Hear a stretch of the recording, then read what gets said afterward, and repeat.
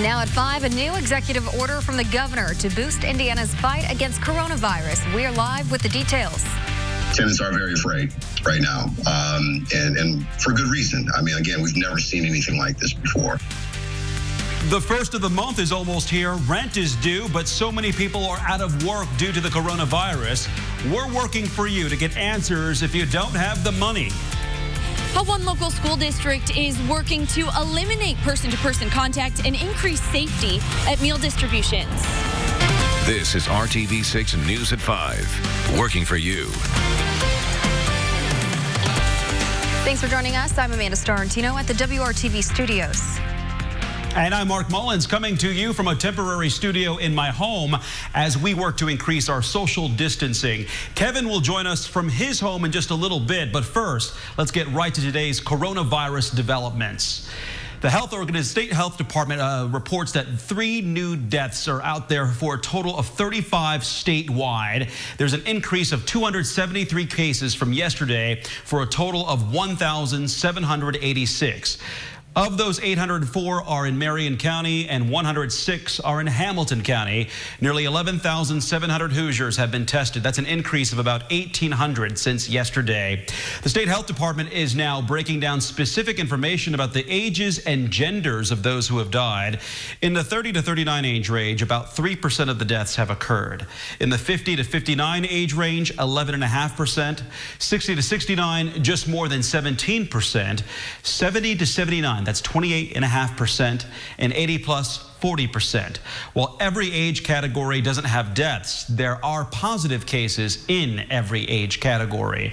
We also learned today that more men have died than women, nearly 66% compared to about 34%. And now for the bigger picture, globally and nationally, closing in on 771,000 cases worldwide and about 37,000 deaths, more than 2,800 of those in the United States. Nearly 5,600 people in the U.S. have recovered. And Indiana Governor Eric Holcomb has signed a new executive order in an effort to fight back at coronavirus cases in Indiana hospitals. RTV6 reporter Cameron Riddle is at the State House with a breakdown of how many additional healthcare workers are being brought into Indiana hospitals. Cameron. Hey, Amanda, good evening. This is the first time we're getting a slew of numbers just like the ones Mark went through. We are now getting our first look at exactly how many people, human power that is being brought in to combat this coronavirus pandemic that only continues to increase when it comes to cases here in Indiana. Take a look at these numbers. 5,300 Indiana healthcare volunteers have volunteered to go to work on the front lines and treat coronavirus patients. That's everyone from retired doctors and nurses to doctors who aren't seeing as many patients now that elective surgeries have been postponed, as well as the Indiana National Guard and even medical students who have met certain requirements. They will all soon be treating patients on the front lines. The governor says we have now come to the point where we have to be prepared for what's coming. I'm pleading on a daily basis that this is not a game. This is serious. You may feel like you're Superman, but I guarantee you, you're not.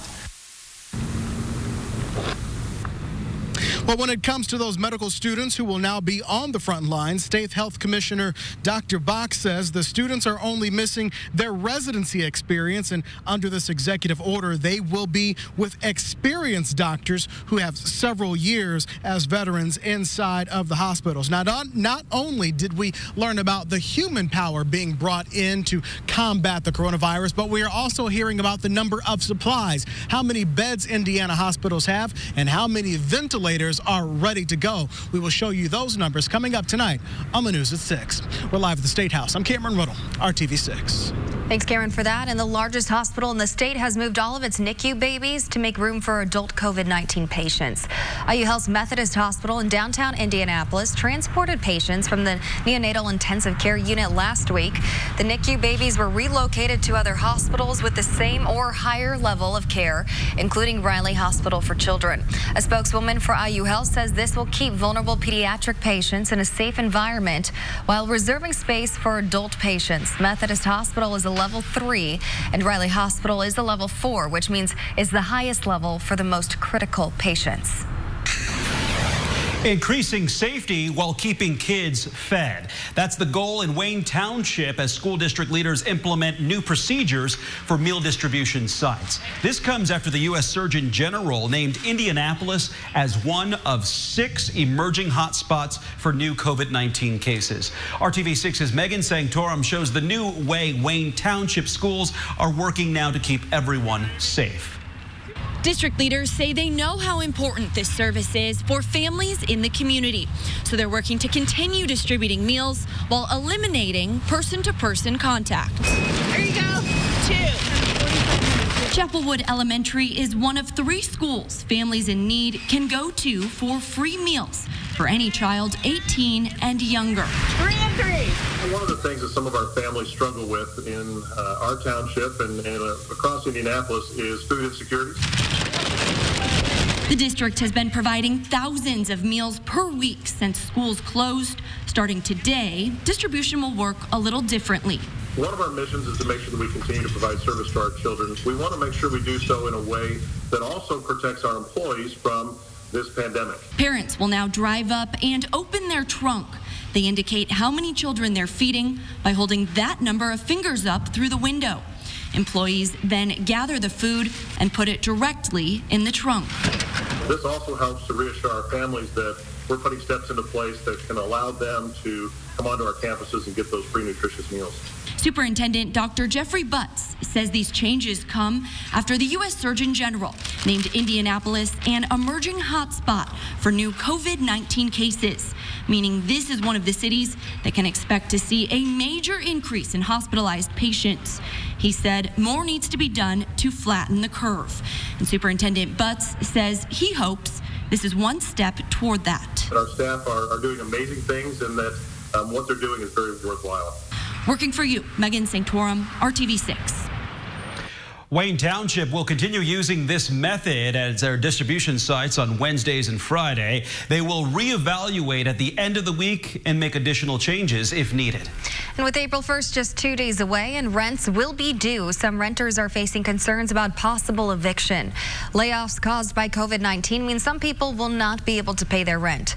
RTV6's Troy Washington is working for you to explain the best approach for those worried about losing their place to live because of the pandemic.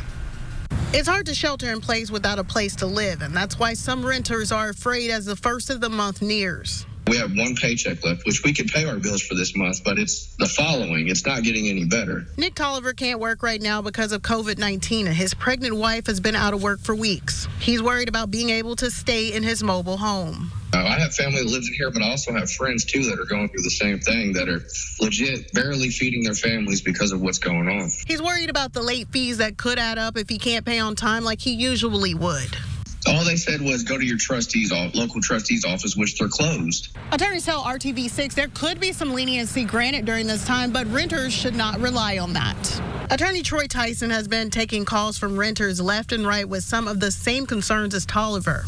Tenants are very afraid right now, and for good reason. I mean, again, we've never seen anything like this.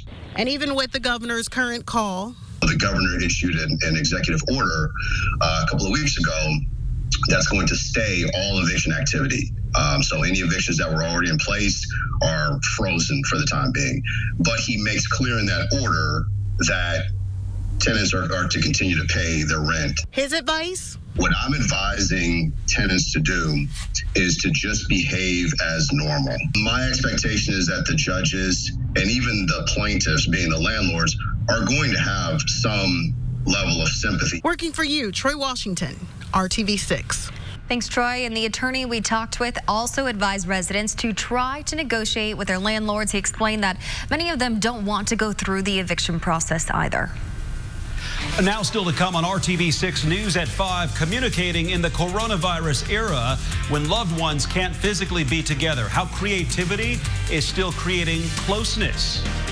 Also ahead tonight, many Hoosiers find themselves unexpectedly looking for work right now. The company that has hundreds of jobs to fill, straight ahead.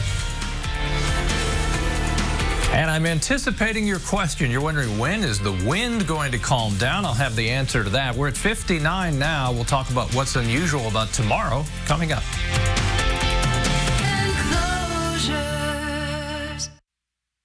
Welcome back. One of the agonizing realities of these times is that many families are being separated by COVID-19, especially those with loved ones in hospitals or in senior facilities. But as RTV6's Rafael Sanchez reports from Franklin, families are working together, depending on technology or creativity, to remain connected.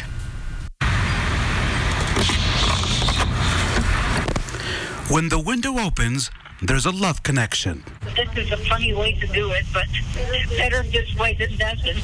Rachel working peeks out the window to see her daughter, Allison McLean.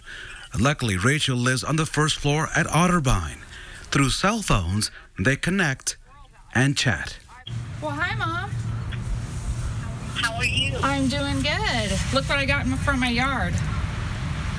I noticed them. Are you sure you didn't get them out there? I did not. They are legitimately from my yard. It's just wonderful to see her face. And I love being able to talk to her. Rachel and her husband Vaughn have been married for 50 years. Vaughn lives on a different floor of the facility. These days, the two usually talk via an iPad.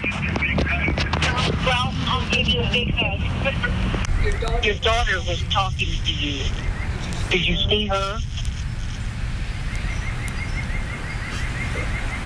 Who did you just see, Dad? Hi. Hi, who did you just see? Allison's visits have no specific length. Talking is their mutual treasure. Your hair looks nice. Thank you. I had it done this morning.